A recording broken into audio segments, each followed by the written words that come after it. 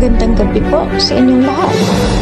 Ako ay nagpapasalamat dahil pinagbigyan tayo ng kapalaran na lalantad ang katotohanan sa pamamaraan ng pagbibigay ng mga pahayag alinsunod sa kanilang mga paniniwala. Maraming salamat po dahil diyan natutunghayan ng Malacanang ang kanilang kinakailanganin. Ang hindi nila alam, ako mismo ang suporta ng Malacanang. Hindi nila alam, Malacanang ay may dalawang kulay. Ang gobyerno ng Pilipinas at ang gobyerno ng Maharlika na siyang sumusubaybay at nagbibigay ng paraan para mabuhay ang mga tao sa sambayan ng Maharlika. Yan ang hindi nila nalaman dahil sila ay nagmadali. Dito nila nakita ang isang kaparaanan. Hindi pwede masabi na si Queen ay isang kalaban. Kinakalaban ko ang maling sistema, pero kailanman hindi ko kalabanin ang istruktura, ang gobyerno na binigay ng ating mga lolo na siyang naging paraan para magkaroon ng peace and order. Yan ang hindi nila nalaman.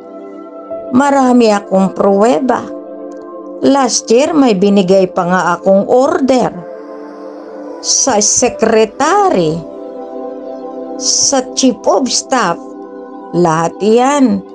Hindi lang po isa ang gumagalaw. Ngayon, may gumagalaw on top. Bahala na sila.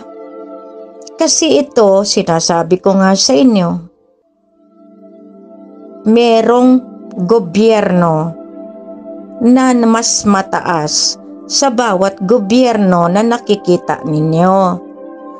Ngayon, nabubuking kayo lahat dahil ang akala nyo, yun na yun.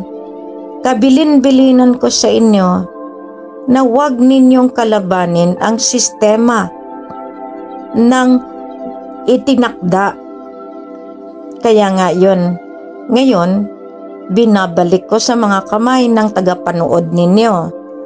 Salamat! Dahil kung wala na kayo sa akin, at least mas mapabilis ang aking proseso.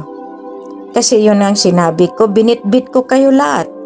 Ayaw niyong magpabitbit, nasa inyo na yan. Kaya nga, dito, napapansin na ng lahat ang aking pananalita na ang lahat ay nasa tabi lamang. Pero isang bagay, mas pinasasalamatan ko kayo dahil nakita na ng ating mga taga-subaybay kung sino nga ba ang kasama, kasangga, kaalyado. Meron kayong sariling queen. Pasalamat ako may queen kayo. Di, doon kayo. Pasalamat ako na may bongbong kayo. Pasalamat din ako na meron kayong sinusuportahan para at least mas mapagaan yung aking sistema kung nandoon na kayo sa kanila. Kasi isa lang naman ang order ko. Gawin ang dapat gawin para sa mamamayan na mabubuhay ng mapayapa at mas sagana. Kaya ngayon, ako'y talagang nanlumo, pero ang pag-away-away ninyo, nababalansin natin.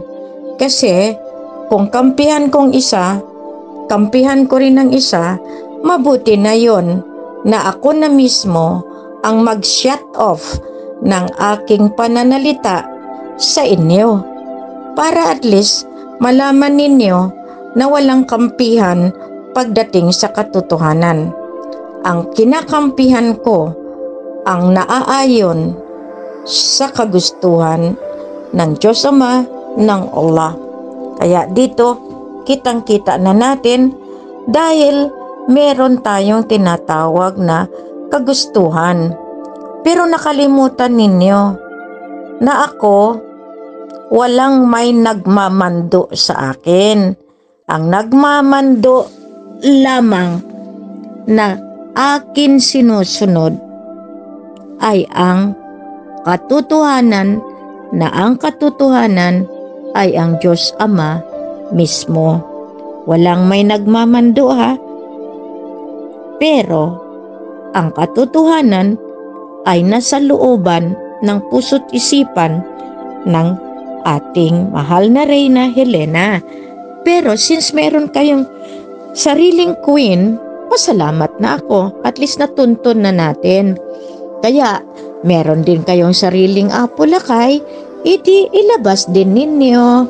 Kasi ako, isa lang naman ang aking patutunguhan. Malabas ang lahat ng lakay, malabas lahat ang mamay, malabas lahat ang Helen, dahil yan ang naging dahilan kung bakit na-delay ang ating proseso sa pagpalabas ng ating kayamanan. Kaya ngayon, unti-unti nasisilayan na ng mga investigador kung sinong dapat ang kukunin, para at least maintindihan at iharap mismo sa pusod ng Malacanang. Ngayon, kayo hindi man naniniwala sa akin, kaya dapat lang.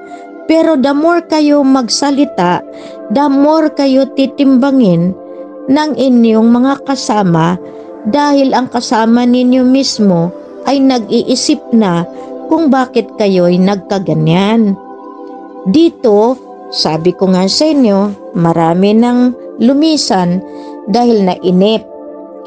Ang pagkainip nila, nagdayo sila sa kabilang bangka. Ang hindi naman nila alam, programa pa rin ng Diyos Ama na sila ay mapunta sa ibang bangka para at least maranasan nila na yung paghahanap nila ay matuntun nila pabalik sa pinanggalingan nila. Yan ang ibig sabihin ng paikot-ikot, at ang iniikutan ay yun din pala ang tinutumbok ng lahat. Sige lang, yun palagi sabi ko, sige lang, makapangyarihan ang gusto nila. At gusto nila lagpasan pa ang may kapangyarihan. Siyempre, katulad niyan, hindi ako nakikinig ha, pero dinaramdam ko ang hinaing ng espiritual na pamamaraan.